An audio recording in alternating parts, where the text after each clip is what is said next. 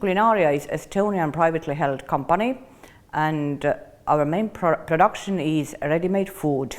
We have quite a large assortment of different kind of ready-made food, and due to that we have enormous amount of manual work, and our labor costs are quite high.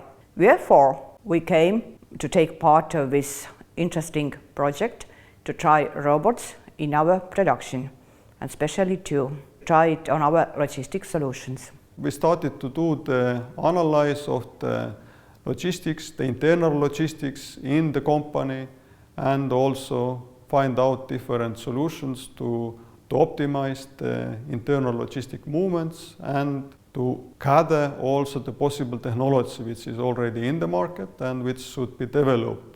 There were two main challenges that we faced during this project.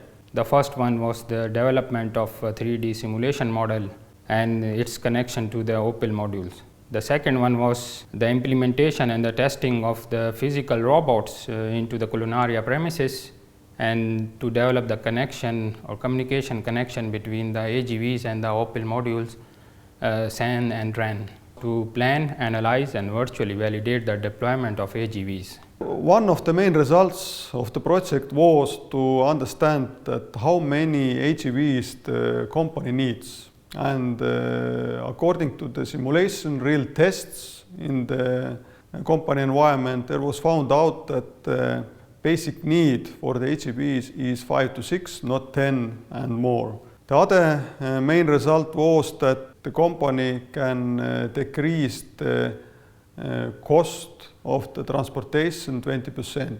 The third result of the project was that on-time delivery can be increased by 5%. The economical effect and also the effect to the production productivity and quality is quite big. It is more than 10%, because when the on-time delivery inside the production facility is increased by 5%, it means that the deliveries to the customers, the deliveries to the final end shops will be also simultaneously increased. This project ensured us that we can go forward with our investment plan, and we learned quite a lot how to use AGV robots and also logistic software to work together in our production. We can say that this L4MS project was one step ahead of the world thinking, because we started it 2 years ago, and now we are here where we are.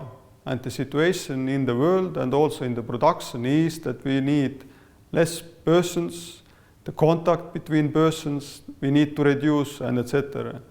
And to look the general picture, we can say that the results of the L4MS regarding the digitalization, regarding the AGV implementation into the production logistics will support this new thinking.